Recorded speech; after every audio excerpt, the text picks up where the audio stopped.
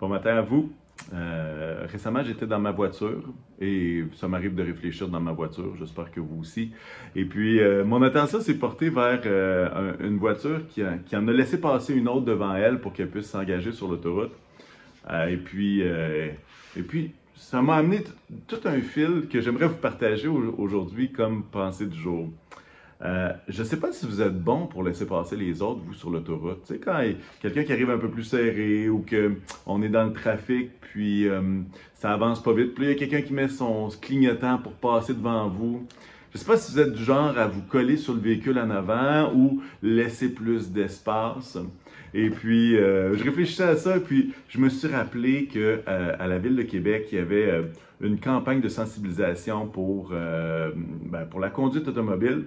Ça s'appelait « À Québec, on dit oui à la courtoisie ».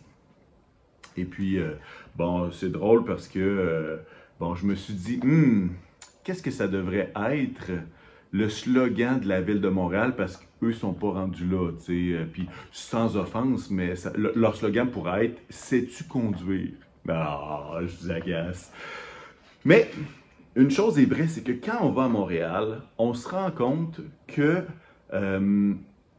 si on ne prend pas notre place sur l'autoroute, il n'y a pas beaucoup de monde qui nous laisse de l'espace. Et c'est un ajustement qu'on doit faire quand on n'habite pas à Montréal puis qu'on se retrouve sur l'île ou dans les alentours. On se rend compte que c'est pas mal difficile, pas mal plus difficile. Là, maintenant, les gens de Montréal commencent à bouillir et puis je vous aime beaucoup. Nous, on a aussi nos travers de conduite. À Québec, il faut faire bien attention parce que quand il y a une lumière jaune, tu sais, quand le vert tombe au jaune, à Québec, ce que ça veut dire, c'est paye sur le gaz, tu vas l'avoir. Et puis, c'est répandu. Bon, chacun ses habitudes de conduite. Mais pourquoi je vous parle de tout ça? C'est que je me suis mis à réfléchir que ma capacité à laisser passer les autres sur l'autoroute était peut-être symptomatique de ma capacité à penser à l'autre. Parce que quand on est sur la route, on pense à « Hey, je vais arriver, je veux pas être en retard » ou « Ah, il me semble que ça fait longtemps que j'attends dans cette file-là. » Et puis, il y a des gens qui sont plus patients que d'autres. Il y a certainement des gens qui sont plus patients que moi et qui écoutent cette capsule-là.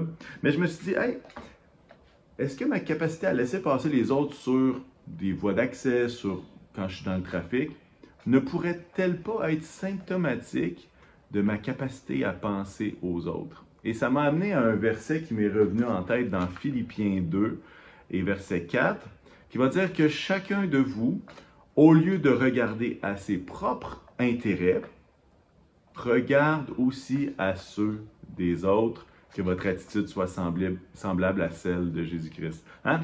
Au lieu de regarder à ses propres intérêts, que chacun de vous regarde aussi à ceux des autres.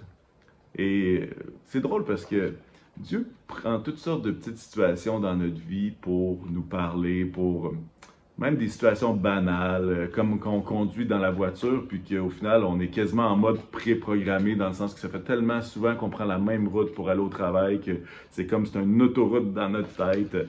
Mais Dieu sort de ces moments-là. Et moi, ça m'a fait réfléchir à quel point est-ce que je considère l'intérêt des autres, à quel point est-ce que les autres autour de moi, dans les autres véhicules, sont importants et eux aussi ont leur propre intérêt.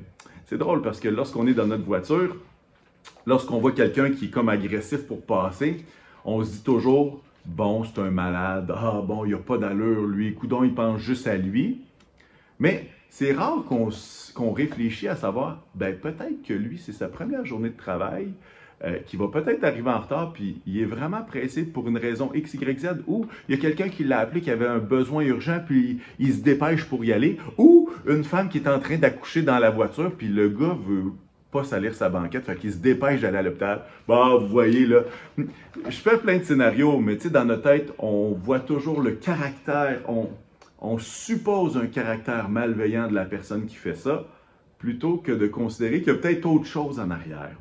Et ça, ce verset-là me fait penser à ça, que chacun, au lieu de regarder à ses propres intérêts, que chacun de vous regarde aussi à ceux de l'autre. Alors, comment ça va la courtoisie au volant par chez vous?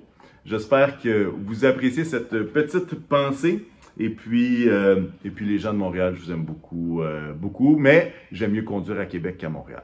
Je l'ai dit.